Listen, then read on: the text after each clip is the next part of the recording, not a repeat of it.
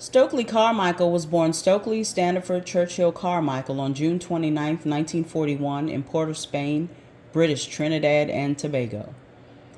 He helped form the All-African People's Revolutionary Party in 1972 and urged African American radicals to work for African liberation and Pan-Africanism. He was a prominent organizer in the civil rights movement in the United States and the global Pan-African movement. After graduating high school in 1960, Carmichael enrolled at Howard University, a historical black college here in Washington, D.C. In 1964, Carmichael became a full-time field organizer for SNCC in Mississippi. He worked on the Greenwood Voting Rights Project, and in 1965, working as a SNCC activist in the black majority Lowndes County, Alabama, Carmichael helped increase the number of registered black voters from 70 to 2,600, that being 300 more than the number of registered white voters.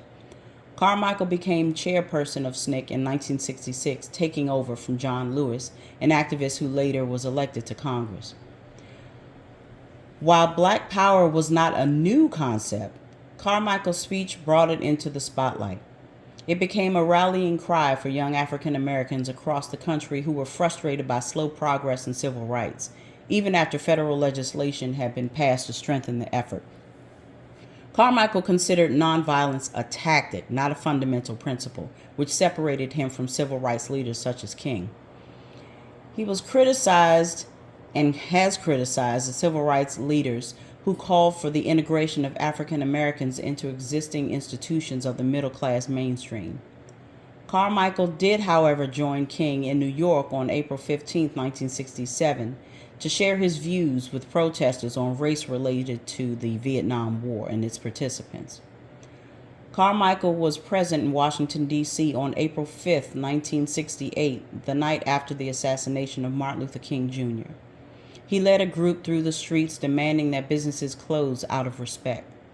He tried to prevent violence, but the situation beyond his control quickly escalated. Due to his reputation as a provocateur, the news media blamed Carmichael for the ensuing violence as mobs rioted along U Street and other areas of black commercial development. Carmichael became one of the most popular and controversial black leaders of the late 1960s. J. Edgar Hoover, director of the FBI, secretly identified Carmichael as the man most likely to succeed Malcolm X as America's Black Messiah. The FBI targeted him for counterintelligence activity through their COINTELPRO program. Carmichael moved to Africa in 1968 to avoid all of this.